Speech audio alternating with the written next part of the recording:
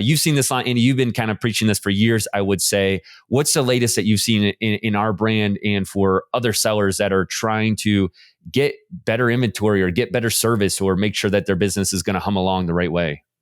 Yeah, so if you're doing retail arbitrage or you're doing private labeling like us, working with manufacturers in the USA as well as working with manufacturers overseas, I really think just in the past year, Nate, you and I have kind of dialed this in with our manufacturers, but I've heard it over and over again, probably since when I first started selling in 2013, that the way to get and acquire more inventory is to really build those relationships with those store managers if you're doing retail arbitrage.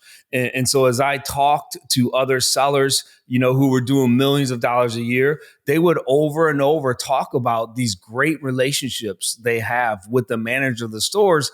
And it's kind of a tightrope that you're walking a little bit, right? As you're feeling out that relationship. And I'm talking specifically here, retail arbitrage, and maybe even overall supplier relationships. But what's tricky about retail arbitrage is that manager knows that there is a line when they're working with bulk buyers a lot of times. Like we'll just take a Nike outlet store, for example. There are certain rules, right, that those managers are supposed to go by.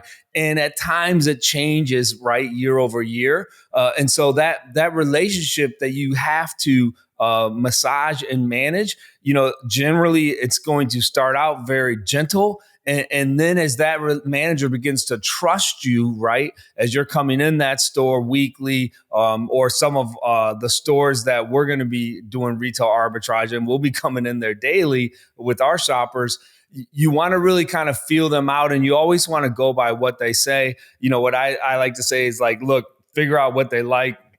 Bring them cookies, give them a Starbucks gift card. Again, be careful because there are certain rules that they have to follow.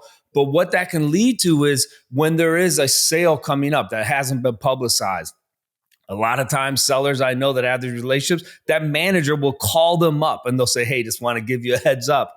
On October 15th, we're doing a 60% off sale, which then again gives that team time to be able to organize so that they're right there, when that sale hits. Or, they may call them up and they say, hey, look, we have a ton of this overstock inventory. This is one seller I know. He gets a call like this every month. And not only in our store, but in these 3 other stores as well. I've talked to those managers. If you want to have it, this is the price that you're going to be able to get it. You're only able to have that kind of inventory acquisition if you have those kind of trusting relationships, right, with those managers. And some of it's really simple. I mean, I heard people say over and over, like some of it's just common courtesy that they exercise when they're in the store. They're making sure that they're not leaving the area that they sourced in a mess. They're being courteous to the other shoppers and to the other employees and building relationships, not just with the managers. Sometimes you have to start at the employee level of the, the floor level employee, who that's probably who you're going to see and talk to first. And then you kind of work your way up to the manager. And obviously at a store, everybody's kind of talking together and they start to know someone. So just some practical, almost obvious tips, but not always exercised by everyone because you're just in such a laser focused business mode. It's kind of like a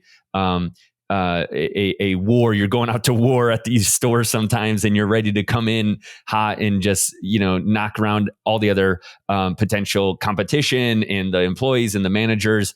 And that's not what I've heard from these successful sellers that we talked to a couple of weeks ago. It was definitely much more of a long-term approach. They're not looking just for that day's profits. They're thinking about the next year, especially if this is a profitable close by store that they know they're going to be at every week or even every day, like you mentioned. So yeah, really important. I feel like we've heard this a long time, but now it's become almost essential. If you're not doing this in retail arbitrage, you might be able to get by, but you're probably leaving a lot of money on the table if you're not doing this. And some people are so good at this now. They're still everyday people. They're still quote unquote small sellers, but they're getting so good at this that they're probably going to kind of optimize and systematize and clean up because it's not just them, it's their shoppers now who are getting trained this same way. And that's what we're going to try to be doing with our shoppers. Like you said, we're going to be following these practices.